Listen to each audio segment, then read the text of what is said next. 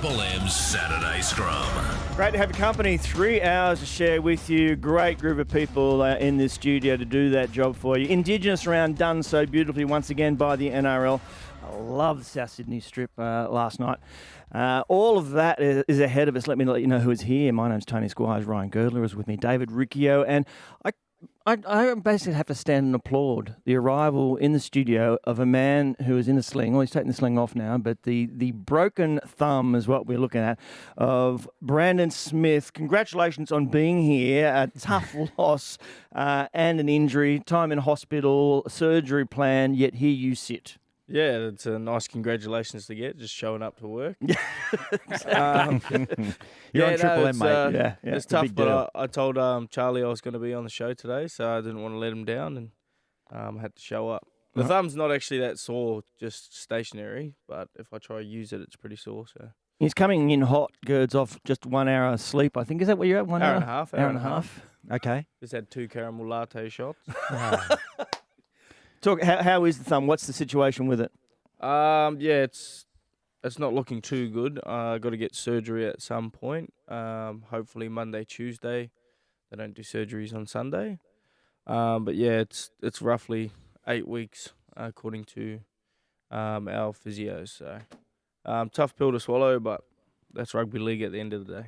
It's a significant blow, Brandon. I feel for you, mate. That's a lengthy stint on the sideline. One you don't need, one the Roosters don't need. They've got an increasing casualty ward. The Roosters, you must be gutted. Yeah, I'm gutted, but is it really a bad thing? We haven't been winning with me, so hopefully we can do it without me. But I sort of look at it as a massive opportunity for myself. Probably not being where I want to be at, and I've got 6 to 8 weeks of just focusing on myself, focusing on my body, going through a plan on how I can use this to really better myself and help, hopefully, the Roosters in finals contention. Let us ask you that, Brandon. I mean, your form, everyone's form at a club like the Roosters is always under scrutiny for long periods of time. And compared to this time of season at the Melbourne Storm, going into Origin and the form that you've been in the past compared to how you feel like you're playing at the moment, where does it rate? This is definitely probably the lowest I've felt in my whole 6 years. So, in what way? Not like mentally. Like I feel like I'm, still happy and all that, but just physically, been injured a lot, not performing. We get paid to perform. That's our job, but yeah, it's just a whole different kind of feel to when I was there, because when I was at Melbourne, we didn't have so many penalties and have so many errors, and everything just compiled.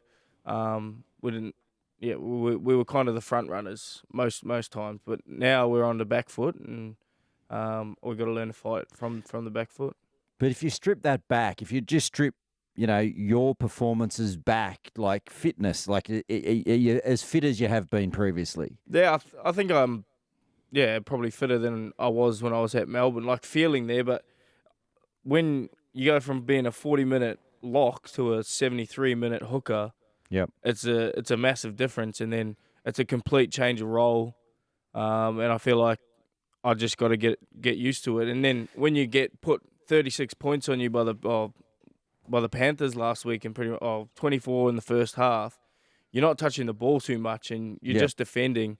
And you could see the game, like the whole game that we played against Penrith.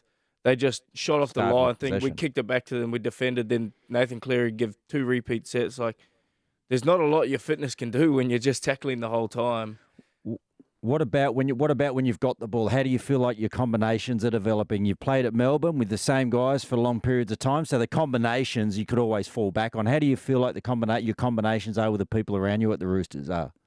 Well, it's not the same position, so I'm not really getting told what to do. But you have played a fair bit of dummy half at Melbourne. Not really. I played 1 year there, and the combinations were great, but I already had those. I already had those in position. I already knew the guys. I already knew how they played. Right now, I'm still working all of them out, and I'm working. Yep. I felt like I took a real good step in the right direction. In that first half of the second half there against the Dragons, I felt like that was some of the highest quality football that the Roosters have played this year. Like we have played this year as a team. We played that sort of power game, and then the halves stood up when they felt the ruck speed going. But we haven't really had that consistently at all this year. We've done it in bits and pieces, but then again, the same thing happened with the Dragons game. We compiled errors and penalties and brought them back in after we I looked like we were going to tip them over the edge and take the game away. A couple of weeks ago, I wasn't overly critical, but I questioned the Roosters' recruitment, and it was perceived as though I was having a crack at the Roosters signing Brandon Smith. Why would anyone have a crack at that? I wasn't saying that. I was saying I was interested to see how Brandon would fit into the Roosters' structure at dummy half, to his point, having played within that Melbourne Storm system.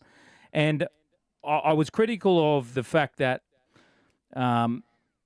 me personally, I see Brandon as this power forward, an absolute wrecking ball, a throwback to yesteryear where he can rip apart a defensive line through his running game. At dummy half, being asked to do that at the Roosters, I questioned how that would unfold. And that's where my criticism a couple of weeks ago stemmed from.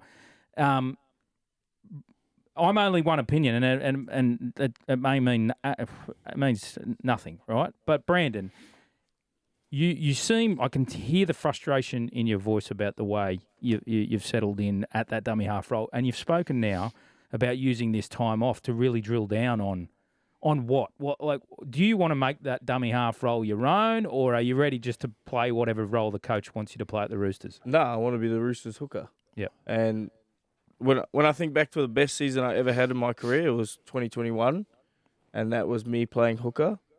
But I had already been well established at the club, and I'd already had, a lot of time there and knew everything about it. And now I'm just learning. I'm still learning a lot. And there's still lots to learn. But with you, you get paid to do that criticism, and you get paid to give your opinion. So it's not like no one takes it. Oh, I don't think I take it personally. Like something came out about me talking about Braith that didn't even happen. Some nasty comments. I didn't even say that. So I don't know what happened there. But you get paid to do that, and I get paid to perform, and I'm not. And I got to think down for 6 to 8 weeks where I can get better and what I can do to be better for the Roosters. What about the other parts of your transition into a club like the Sydney Roosters? Obviously, the Melbourne Storm, we all hear about you guys a little bit out of sight, out of mind. There's the Sydney media up here, your front and back page. You've also doing a lot of stuff, with us and with podcasts and things like that. How have you found the other part of transitioning into a high-profile club like the Roosters? How's that been for you? I think it wasn't a shock because everyone told me when I moved to the club that the scrutiny down in Sydney on rugby league is way harsher, and it is. I now realise, well, I already realised, but I now see it. In Melbourne, none of this media really gets brought to attention in the club. It doesn't. We hardly ever make the paper, or even 2 pages of the paper down there. So, it's tough, but it's not like it's got nothing to do with my performance. It's got nothing to do with our team's performance. It doesn't matter what happens outside of those 4 walls. You turn up to play and you turn up to perform, and you have to do that. And currently, I don't think one player in our team is performing at the abilities that they should be. Not one. And you can't really blame one person for it because we're all in the wrong. But yeah, I think we took a step in the right direction. As far as the media goes, that's the media that's their job, and they're pretty good at it here. Absolutely. All right, we're going to drill down a bit further on the game in a minute. With your 6 to 8 weeks off, a few of the first ones will be spent maybe with Victor Radley. What's going on, Dave, in terms of the leading with the head charge? Yeah. Unfortunate news again for the Roosters. It continues to mount as far as potential players on the sideline. As you said, Tone, the Roosters star Victor Radley has been charged with a Grade 1 striking charge by the NRL Match Review Committee this morning, and that is in relation to the alleged headbutt on Blake Laurie, Dragons forward Blake Laurie, during last night's match. Now, he's facing a 4-match ban if he attempts to fight this at the judiciary and loses the case, or he can accept the early guilty plea of a 3-week match ban, 3-week ban. It's a significant blow once again for Victor. Carryover points play a role in the severity of the 3 to 4 weeks, and it's a mounting issue for Victor. He's temper control, and he's been on the show with us and he's spoken about controlling his emotions. Well, he's changed a whole range of things. He said he can't rush out of the line, do all those things that he was that were a feature of his game. Yep. He's had to pull back. I mean, you're playing alongside him. He plays with a lot of passion and that kind of edgy energy. Yeah, look, we spoke about it before, but it's about using that passion and that aggression in a controlled manner and trying not to lose your temper and trying to use it as an advantage. And I know as well as anyone that he's going to be ridiculously disappointed about this, but this is the, I guess, problem with, trying to act like that. And it's unfortunate for the Roosters, but hopefully it's another learning curve for Victor.